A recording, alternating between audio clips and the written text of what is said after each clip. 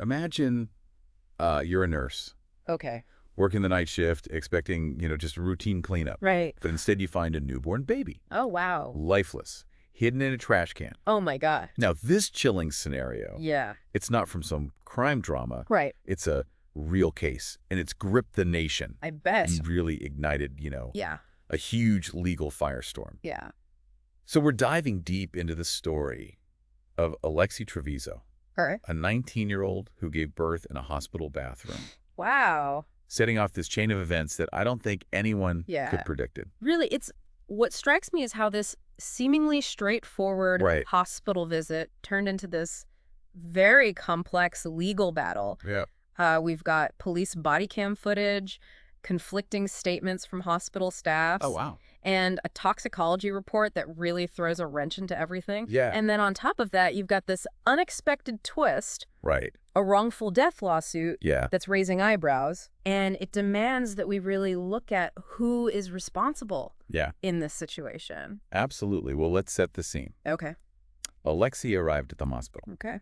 complaining of back pain. All right. And despite her physical appearance, Mm. she denied being pregnant repeatedly, Oh, both to the staff yeah. and to her own mother. Wow. So this is where some of those inconsistencies start popping up. Okay. Some Yeah. hospital staff Oh, right. claim they told Alexi that she was pregnant Okay. before the birth, Okay.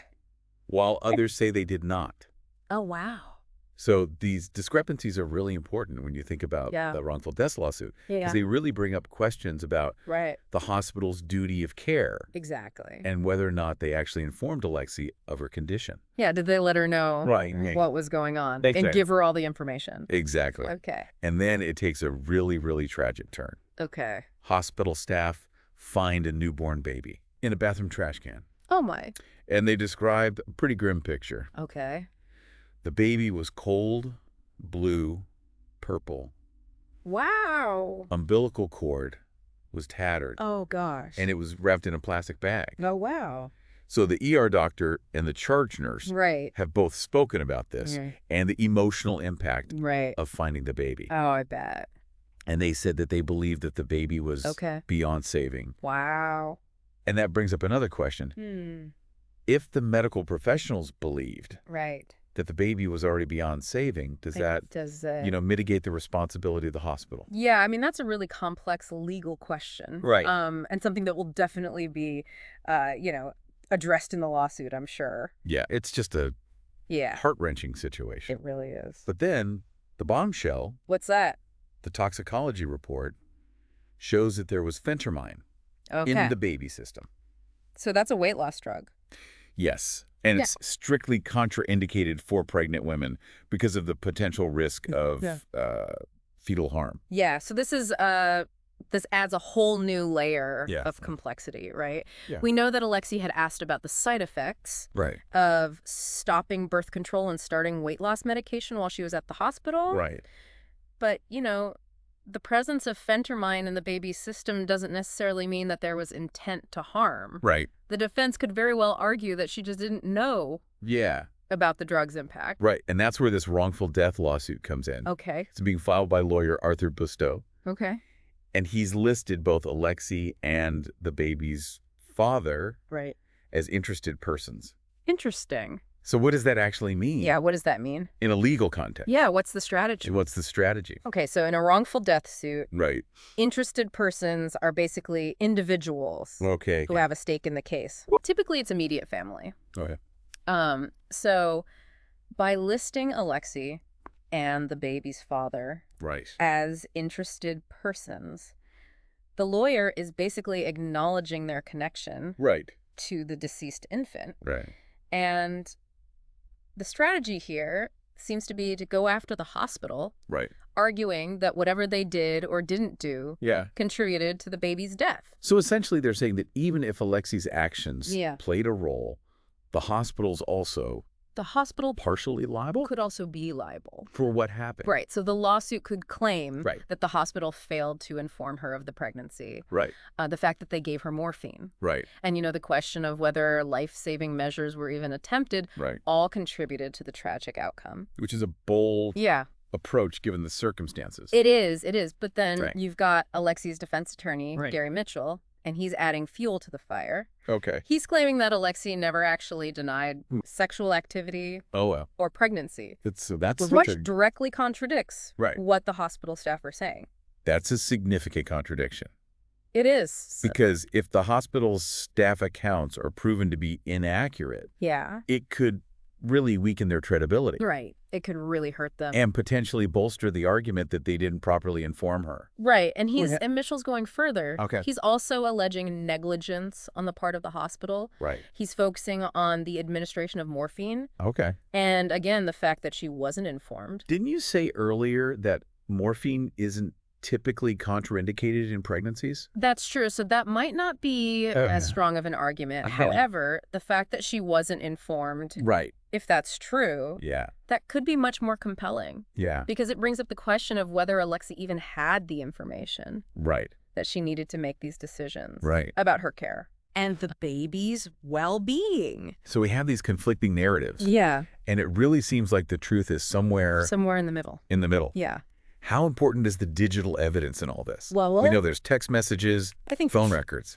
digital evidence is super crucial in cases like this Okay. because it gives you a timeline. Right. It can show you the state of mind of Yeah. the people involved, Right. and it can potentially reveal information Right. that contradicts or supports Right. different claims that are being made. Right. So in this case, the digital footprint Right. could be the key to figuring out if Alexi knew about the pregnancy. Right. Did the boyfriend know? Did the family know? Right. What were her actions and intentions leading up to the birth? So we have this tangled web Yeah, of evidence, conflicting accounts, right. legal arguments.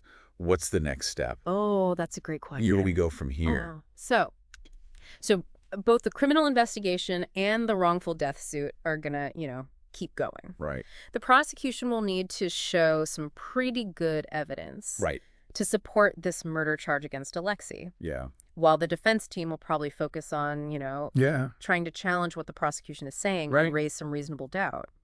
And in the civil case, the lawyer for the baby's estate Yeah, will have to prove that the hospital's negligence right. actually contributed to the baby's death. Exactly. So it seems like it all really depends A lot depends on it. establishing a clear timeline Yeah, like Yeah. what happened when. and proving who knew what and when. Exactly. And this is where that digital evidence is so important. Right. They'll be going through all those text messages, Yeah. phone records, online activity, trying to figure out, put all the pieces together. Get that big picture. Yeah. Speaking of the big picture, we can't forget Alexi's mother, Right. Rosa. Yeah. Her reactions were caught on police body cam footage. Oh, wow. And they've been, well, Interesting. interesting, to say the least. To say the least. Yeah. We see her kind of going back and forth between Yeah. defending Alexi Mm-hmm. and expressing, some frustration with her. Yeah. At one point, she even says, "You bet, when this is over, I'm coming for the police department and the hospital. I am." Wow. That's a That's pretty a pretty strong statement. strong statement. It seems like she's very protective Yeah, definitely. of her daughter, Very protective. even if it means Even if it means, being angry yeah. at the authorities Right. or medical professionals. It really shows how invested she is Yeah. in protecting Alexi. Right. Maybe even Yeah. at the cost of being objective. Right. Could definitely be a factor. Right. And that could play into how she presents information Right. and how she talks to investigators going forward. Just adds another layer This does. to the family dynamics. For sure. Speaking of family, we have the baby's father, Right. who's been kind of a mystery Kind of an enigma. in all this. Yeah. What do we know? What do we know about him, and what questions still need to be answered? Well, that's another piece Right. that we just don't know much about. Right. Investigators are probably trying to figure out Yeah. if he even knew about the pregnancy. Right. What was his role, Right. if any, Yeah. in the decisions that were made? What Yeah. does he know about what happened Yeah. to the baby? Right. Again, the digital evidence could be super helpful here. Yeah. Maybe shedding some light on, conversations between him and Alexi. Yeah. Or other people involved. So it just seems like every aspect of this It does. has these layers upon layers Years. of complexity. And then you've got the timing Right. of this wrongful death lawsuit. Yeah, it was filed after her arrest. Right. That's interesting. Yeah. Makes you wonder what the motivation is. Yeah. Is it really about getting justice for the baby? Yeah. Or is it about trying to, Yeah. create some doubt, deflect some blame Yeah. away from Alexei in the criminal case? So we're basically seeing two legal battles Two parallel battles. happening at the same time, Yeah. each with their own Stakes. stakes and implications. Implications. But the main question is still, what happened? what happened And who's responsible? and who is responsible? Right. And as we try to, navigate all this evidence, Exactly. these stories that conflict, Yeah. we have to remember the human element Yeah. at the heart of this. It's not just a legal puzzle. It's not just a legal puzzle. It's a real tragedy It's a tragedy with real people.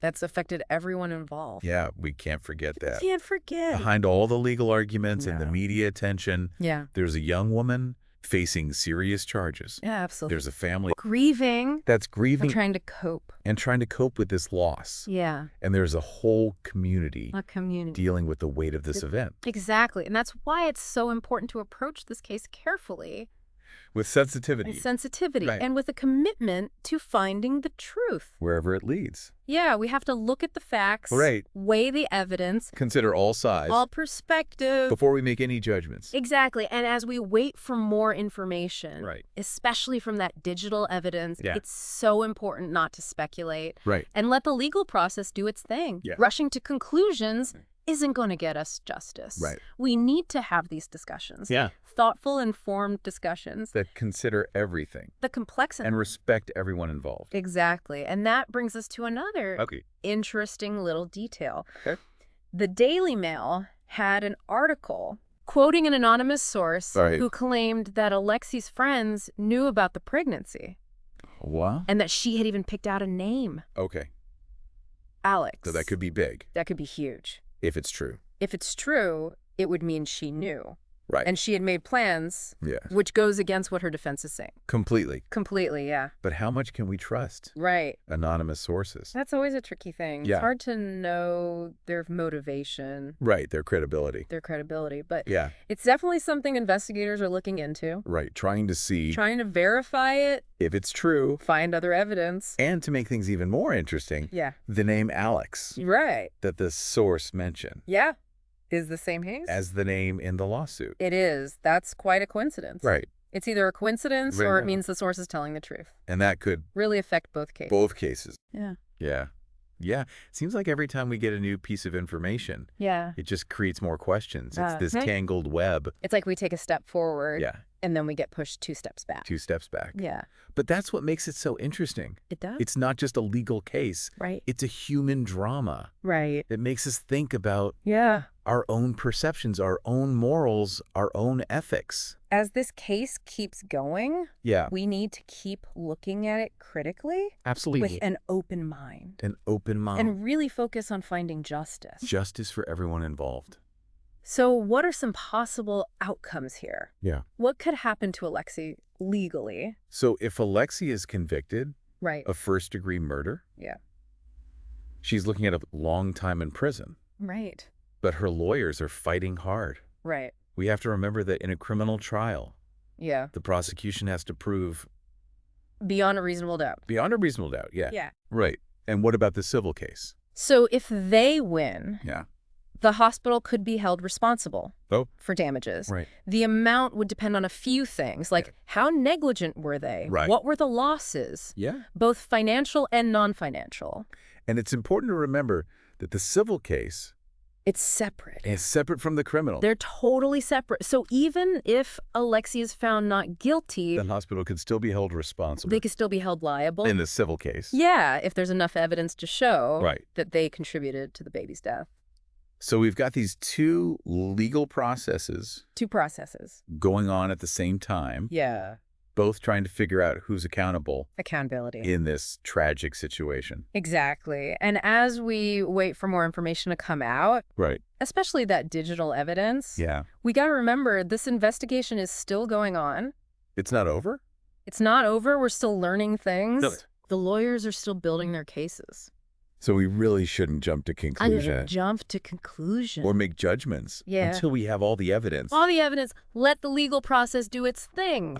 Let the justice system work. And trust that it will be fair. Fair and impartial. And we as, people who are watching this, As observers. we have a responsibility. Our responsibility. To have these discussions. To talk about it. A thoughtful way. A thoughtful way. That takes into account. Oh, the complex. How complex this is. Yeah. And respects everyone involved. Everyone involved. Because this is not just some sensational story. No. This is a real human tragedy. A real human tragedy. With very real consequences. Very real consequences. It feels like this case goes beyond just this one event. Yeah. It brings up these bigger questions. Yeah. About teen pregnancy. Teen pregnancy. Access to health care. Absolutely. The legal rights of mothers and their babies. It really highlights the struggles that young women face when they have these unplanned pregnancies. And we have to think about the resources they have. Right. The stigma they might be dealing with. Yeah. The shame. Yeah. And all the things that contribute to these issues. It's a reminder that we need to talk about these things. We need to talk about more openly and honestly. Make sure young people have good information. Good information. Support and health care. And we can't forget about the emotional impact this has had on everyone involved. Absolutely. Think about the hospital staff who found that baby. Yeah. The investigators trying to untangle this whole thing. Yeah. The families who are dealing with grief and uncertainty. Yeah, it's a tragedy. It is. That has a huge ripple effect. A ripple effect. It goes way beyond just the courtroom. Way beyond. As we keep following this case. Yeah. We're going to be looking for those new developments. Absolutely. And really breaking down each piece of information. So it comes out. Yeah, it's up to us. It is. It's our responsibility. To really pay attention. Yeah. Ask questions. Ask the tough questions. And demand accountability. Yeah. Because when we confront these hard truths. Yeah. That's how we find solutions. Yeah. That's how we stop this from happening again. This has been a really emotionally challenging deep dive. But incredibly important. Very important. We've really gone deep. Yeah. Into the legal complexities. The legal complexity. The conflicting stories. And the real human cost of this tragedy. Yeah, we may never know exactly what happened. But I think it's been really valuable to look at the evidence. To try to understand it. The arguments, the context. Yeah. So what's the one thing What's the takeaway? we want listeners to take away from this? I think it's this. As we learn more, pay attention to the digital footprint. The digital footprint. It's the silent witness. Right. That tells us more than words ever could. Right. The real story. The real story. And true accountability. Might be found in those digital breadcrumbs. Exactly.